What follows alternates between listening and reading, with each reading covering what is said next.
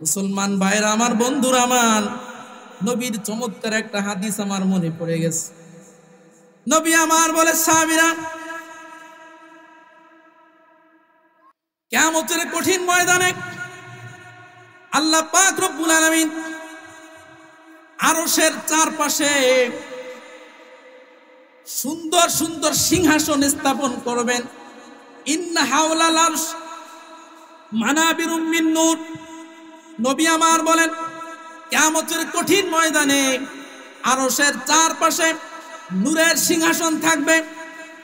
নবী আমার বলেন, আলাইহা কওমুন লিবাসুহুম নূর ওয়া ওয়ুজুহুহুম নূর।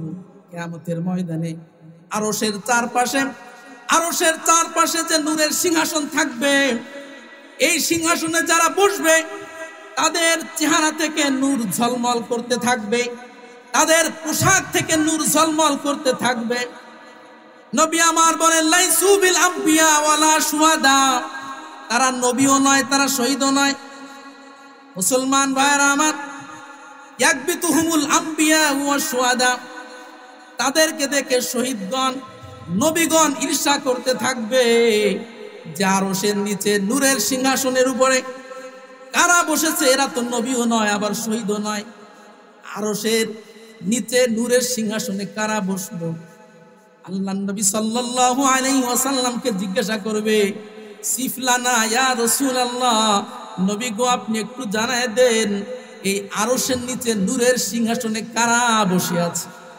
নবী আমার বলে, কিয়ামতের কঠিন ময়দানে এই আরশের নিচে, এই আরশের চারপাশে নূরের সিংহাসনে যারা বসবে, নবী আমার বলেন, আল মুতাহাব্বুনা ফিল্লাহ। দুনিয়ার জমিনে যারা একে অপরকে ভালোবেসেছে আল্লাহর জন্য, দুনিয়ার জমিনে যারা একে অপরকে আল্লাহর জন্য ভালোবেসেছে, কিয়ামতের কঠিন ময়দানে তারা নূরের সিংহাসনে বসবে। ওয়াল মুতাজালিসুনা ফিল্লাহ।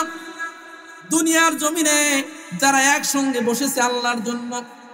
ওয়াল মুতাযাবিরুনা ফিল্লাহ। দুনিয়ার জমিনে যারা একে অপরের সঙ্গে সাক্ষাৎ করেছে আল্লাহর জন্য, তাদেরকেও কিয়ামতের ময়দানে নূরের সিংহাসনে বসানো হবে। শুধু তাই না, অন্য একটা হাদিসের দিকে তাকাইলে আমরা দেখতে পাই, আল্লাহর নবী সাল্লাল্লাহু আলাইহি ওয়াসাল্লাম বলেন, আন্না রাজুলান যারা খাল্লাহু। এক ব্যক্তি অন্য এক ব্যক্তির সঙ্গে সাক্ষাতের জন্য ঘর থেকে বের হয়ে গেল। আরসাদাল্লাহু মালাইকাতাম মিনাস সামা। আল্লাহ পাক রব্বুল আলামিন সঙ্গে সঙ্গে তার কাছে আসমান থেকে একজন ফেরেশতা প্রেরণ করিয়ে দিয়েছে। ফেরেশতা জিজ্ঞাসা করছে, আইনা তুরিদ, তুমি কোথায় যেতে চাচ্ছ? তুমি ঘর থেকে বের হয়েছো, কোথায় যেতে চাও? লোকটা বলতেছে, আমি আমার অমুক ভাইয়ের কাছে যাই। বলে, সে কি তোমার প্রকৃতপক্ষে ভাই? বলে, না, সে আমার মায়ের পেটের ভাই না। তার সঙ্গে তার কাছে কি তোমার কোনো পাওনা আছে? বলে, না, তার কাছে আমার কোনো পাওনা নাই। তোমার কাছে কি তার কোনো পাওনা আছে? বলে, তাও নাই। তাহলে কেন তুমি তার কাছে যাচ্ছ?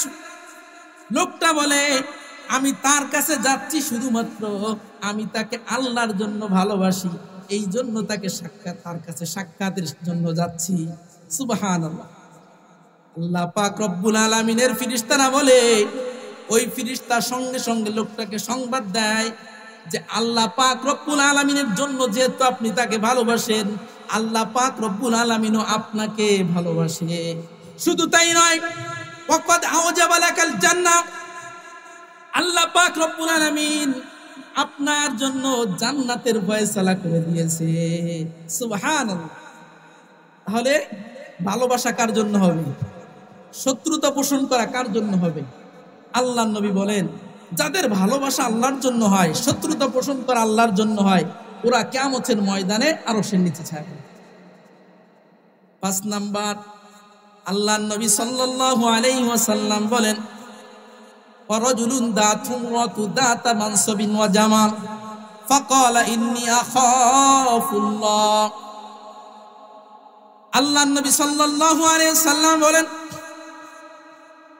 দুনিয়ার জমিনে যে সকল যুবককে যুবতীরা প্রেমের অফার দেয়, প্রেমের প্রস্তাব দেয়, ওই প্রেমের প্রস্তাবে যুবক যদি বলতে পারে ইন্নী আখাফুল্লাহ, আমি তোমার সঙ্গে অবৈধ সম্পর্ক করতে পারি না, কারণ আমার অন্তরের ভিতরে আল্লাহর ভয় নিয়ে আমি তোমার প্রেমের প্রস্তাব কখনো কবুল করতে পারি না।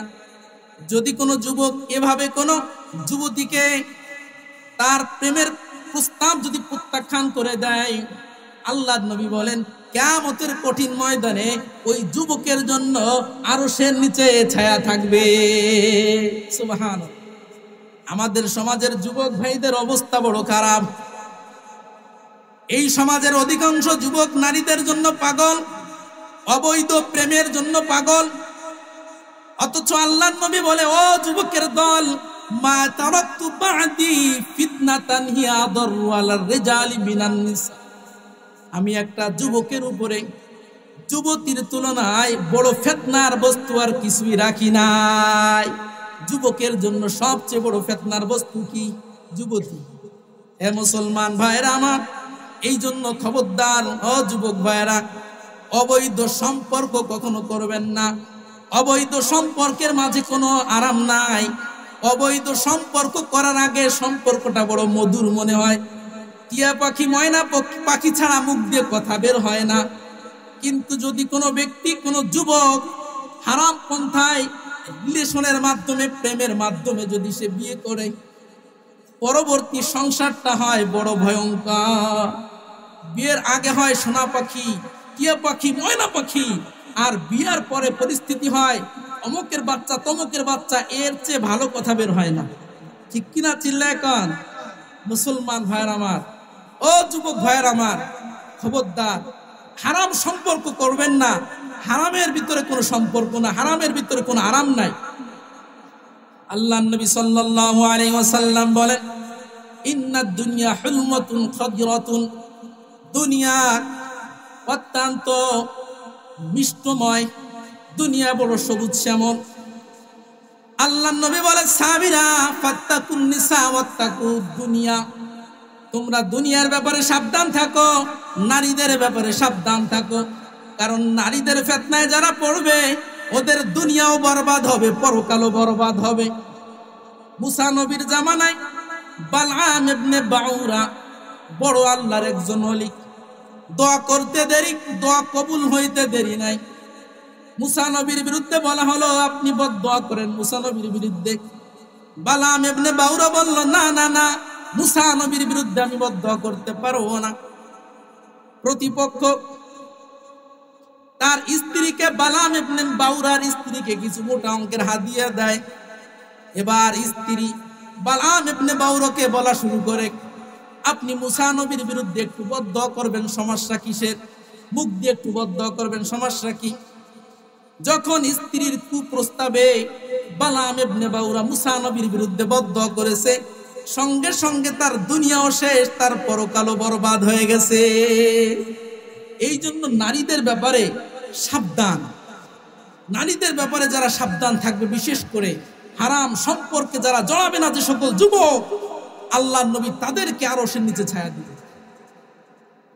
6 নাম্বার আল্লাহর নবী বলেন, অরজুলুন তাসাদ্দাকা বিসাদাকাতিন ফাআকফাহা, যে সকল ব্যক্তি দুনিয়ার জমিনে গোপনে দান করেছে, অতি গোপনে দান করেছে, হাত্তা লা তা'লামা শিমালুহু মা তুনফিকু ইয়ামিনুহু, আল্লাহর নবী বলে এত গোপনে দান করেছে, ডান হাত দান করেছে, বাম হাত পর্যন্ত জানে না। এভাবে গোপনে যারা দান করবে, নবী বলেন কিয়ামতের কঠিন ময়দানে আল্লাহ তাআলা তাদেরকে আরশের নিচে ছায়া দিবে। মুসলমান ভাইরা আমার, প্রকাশ্যে দান করা যায় নিষেধ না, তবে গোপনে দান করা ভালো। কারণ গোপনে দান করলে দানের ভিতরে রিয়া আসে না। যদি কারো দানের ভিতরে রিয়া চলে আসে, মানুষ দেখানোর নিয়ত থাকে, এই দান কিয়ামতের ময়দানে ভয়ঙ্কর আকার ধারণ করবে। নবী আমার বলে, সাহাবীরা, আলা উখবিরুকুম বিমা হুয়া আখওয়াফু আলাইকুম ইনদি মিনাল মাসিহিদ দাজ্জাল। ও সাহাবীরা, দাজ্জালের ফিতনার চেয়ে ভয়ঙ্কর একটা বস্তু আমার কাছে মনে হয়, ওই বিষয় কি আমি তোমাদেরকে জানাবো না? সাহাবীরা বললেন, ইয়া রাসূলুল্লাহ, ইয়া হাবিবাল্লাহ, অবশ্যই আপনি জানাবেন। নবী আমার বলেন, দাজ্জালের ফিতনার চেয়ে ভয়ঙ্কর যে বস্তু, ওই বস্তুটা হচ্ছে শিরকুল খফি, গোপনীয় শিরিক। সাহাবায়ে কেরাম জিজ্ঞাসা করলেন, ইয়া রাসূলুল্লাহ, ইয়া হাবিবাল্লাহ, গোপনীয় শিরিক আবার কি? নবী আমার বলেন, গোপনীয় শিরিক হলো মানুষ দেখানোর জন্য আমল করা, মানুষ দেখানোর জন্য নামাজ পড়া, মানুষ দেখানোর জন্য দান করা, মানুষ দেখানোর জন্য যারা আমল করে, নবী আমার বলে তাদের আমলের ভিতরে গোপনীয় শিরিক ঢুকে যায়। এই জন্য মুসলমান ভাইরা আমার, কিয়ামতের কঠিন ময়দানে আল্লাহ তাআলা সব মানুষদেরকে যখন জমা করবেন, নবী আমার বলেন, ইদ জামাআল্লাহুল আউওয়ালিনা ওয়াল আখিরিনা লিয়াউমিল কিয়ামাতি লা রাইবা ফীহ। নবী আমার বলে, কিয়ামতের ময়দানে সব মানুষকে আল্লাহ যখন জমা করবেন, দুনিয়ার শুরু এবং শেষ থেকে নিয়ে যত মানুষ আছে সব মানুষকে যখন জমা করবেন, আল্লাহ তাআলা ওই সময় ঘোষণা করবেন, এ দুনিয়ার ওই সকল মানুষ যারা মানুষ দেখানোর জন্য আমল করেছো, তোমরা কোথায়? আমার কাছে আস। মানুষ দেখানোর জন্য যারা আমল করেছে আল্লাহর দরবারে হাজির হয়ে যাবে। আল্লাহ পাক রব্বুল আলামিন বলবেন, আমার কাছ থেকে কোনো বিনিময় তোমরা পাবা না, আমার কাছ থেকে কোনো সওয়াব তোমরা পাবা না, কারণ দুনিয়ার জমিনে আমল করেছো, দান করেছো, নামাজ পড়েছো মানুষ দেখানোর জন্য, মানুষ দেখেছে, অতএব মানুষের কাছ থেকে তুমি পাওনা পেয়ে গেছো, আমার পক্ষ থেকে আর কোনো পাওনা তোমাদের বাকি নাই। এই জন্য মুসলমান ভাইয়ের আমার, মানুষ দেখানোর জন্য কোনো আমল না করা। অনেকে আছে দান করে খোটা দেয়, আছে না নাই? দান করে খোটা দেওয়া ভয়ঙ্কর। দান করে খোটা দিলে এই দানের কোনো নেকি থাকে না। আল্লাহর নবী বড় চমৎকার আকারে বলছেন, সালাসাতুন লা ইউকাল্লিমুহুমুল্লাহু ইয়াউমাল কিয়ামা। কিয়ামতের কঠিন ময়দানে তিন শ্রেণীর মানুষের সঙ্গে আল্লাহ কথা বলবেন না। ওয়ালা ইয়ানজুরু ইলাইহিম, আল্লাহ তাদের দিকে তাকাবেন না। ওয়ালা ইউযাক্কিহিম, আল্লাহ তাআলা তাদেরকে পরিশুদ্ধ করবেন না। সাহাবায়ে কেরাম জিজ্ঞাসা করলেন, ইয়া রাসূলুল্লাহ, ইয়া হাবিবাল্লাহ, ওই তিন শ্রেণীর মানুষ কারা হবে? নবী আমার বলে, এক নাম্বার হলো আল মান্নান, দুনিয়ার জমিনে যারা দান করে খোটা দিয়েছে ওদের সঙ্গে কিয়ামতের ময়দানে আল্লাহ কোনো কথা বলবেন না। দ্বিতীয় নাম্বার নবী বলেন, ওয়াল মুসবিলু ইজারহু, তাকনুন নিচে যারা পোশাক পরিধান করে, লুঙ্গি পাজামা পরিধান করে, কিয়ামতের ময়দানে ওদের সঙ্গেও আল্লাহ কোনো কথা বলবেন না। তিন নম্বরে নবী বললেন, ওয়াল মুনাফিকু সিলআতাহু বিল হালাফিল কাযিবি, দুনিয়ার জমিনে যারা মিথ্যা কথা, মিথ্যা শপথ করে যারা পণ্য বিক্রি করেছে ওদের সঙ্গেও কিয়ামতের ময়দানে আমার আল্লাহ কোনো কথা বলবে না। এই জন্য মুসলমান ভাই আমার, দানটা হবে অতি গোপনে। গোপনে যারা দান করবে ওদেরকে আল্লাহ তাআলা আরশের নিচে ছায়া দান করবেন। 7 নাম্বার ক্যাটাগরির মানুষ যাদেরকে আল্লাহ তাআলা আরশের নিচে ছায়া দিবেন, নবী আমার বলেন, ওয়া রাজুলুন যাকারাল্লাহ খালিয়া ফাফাদাত আইনা, যে সকল ব্যক্তি গোপনে নির্জনে আল্লাহ তাআলাকে স্মরণ করেছে, আল্লাহকে স্মরণ করার কারণে তার চোখ দিয়ে অশ্রু ঝরেছে আল্লাহর জন্য।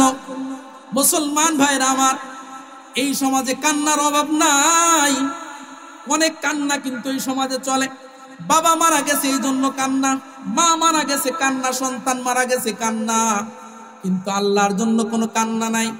অথচ নবী বলেন, কান্না যদি আল্লাহর জন্য হয়, আল্লাহর জন্য যদি চোখ দিয়ে পানি ঝরানো যায় না মুমিন, এই চোখের জন্য জাহান্নামের আগুন হারাম হয়ে যায়। নবী আমার বলে, সাহাবীরা, আইনানে লান তামাসসাহুমা নার, কিয়ামতের ময়দানে দুইটা চোখকে কখনো জাহান্নামের আগুনে স্পর্শ করতে পারবে না। কিয়ামতের ময়দানে সব চোখ যদি জাহান্নামের ভিতরে চলেও যায়, কিন্তু দুইটা চোখ কখনো জাহান্নামের আগুনে জ্বলবে না, জাহান্নামের আগুন তাদেরকে স্পর্শ করতেই পারবে না। আল্লাহর নবী বলেন, আইনুন বাকাত মিন খশিয়াতিল্লাহ, আল্লাহর ভয়ে যে চোখ পানি ঝরিয়েছে, আল্লাহর ভয়ে যে চোখ দিয়ে পানি ঝরেছে, ওই চোখের জন্য জাহান্নামের আগুন হারাম হয়ে যায়। ওয়া আইনুন বাতাত তাহরুসু ফি সাবিলিল্লাহ, আল্লাহর রাস্তায় যেই চোখ পাহারাদারি করেছে ওই চোখের জন্য জাহান্নামের আগুন হারাম হয়ে যায়। এই জন্য মুসলমান ভাইরা আমার, নবী আমার অন্য এক হাদিসের ভিতরে বলেন, লা ইয়ালিজুন নারা রাজুলুন বাকা মিন খশিয়াতিল্লাহ, আল্লাহর ভয়ে যে চোখ ক্রন্দন করেছে ওই চোখকে জাহান্নামে প্রবেশ করা এতটা অসম্ভব। আল্লাহর নবী বলেন, যেমনি ভাবে গাভীর দুধ দহন করার পরে গাভীর ওলানের ভিতরে দুধ প্রবেশ করা, পুনরায় প্রবেশ করানো যেমনি ভাবে অসম্ভব, যাদের চোখ দিয়ে আল্লাহর ভয়ে পানি ঝরেছে, নবী আমার বলেন ওদেরকে জাহান্নামে প্রবেশ করানো এরকম অসম্ভব। হাত্তা ইয়াউদাল লাবানু ফিদ দর'i, নবী আমার বলে গাভীর ওলানের থেকে দুধ দহন করার পরে ওই দুধ যেমনি ভাবে গাভীর ওলানের ভিতরে প্রবেশ করানো সম্ভব নয়, আল্লাহর ভয়ে যাদের চোখ দিয়ে পানি ঝরবে ওদেরকে জাহান্নামে ঢুকানো সম্ভব নয়। এই জন্য আল্লাহর নবী বলেন, লাউ তা'লামুনা মা আ'লামু লা দাহিকতুম কলিলান ওয়া লা বাকাইতুম কাসীরা। ও সাহাবীরা, আমি যা জানি এটা যদি তোমরা জানতা তাহলে কাঁদতা বেশি এবং হাসতা কম। অথচ তোমরা তো বেশি হাসো, যেখানে যাই সেখানে হাসি, কান্না আর খুঁজে পাওয়া যায় না। এখন ওয়াজ মাহফিল অনেকটা হাসি তামাশার মঞ্চে পরিণত হয়ে গেছে অনেক এলাকায়। যেই বক্তা যত হাসাইতে পারে, যেই বক্তা যত কৌতুক করতে পারে সেই ভালো বক্তা। কোরআন হাদিস দিয়ে যদি আলোচনা হয়, ওই আলোচনা শ্রোতারা শুনতে চায় না।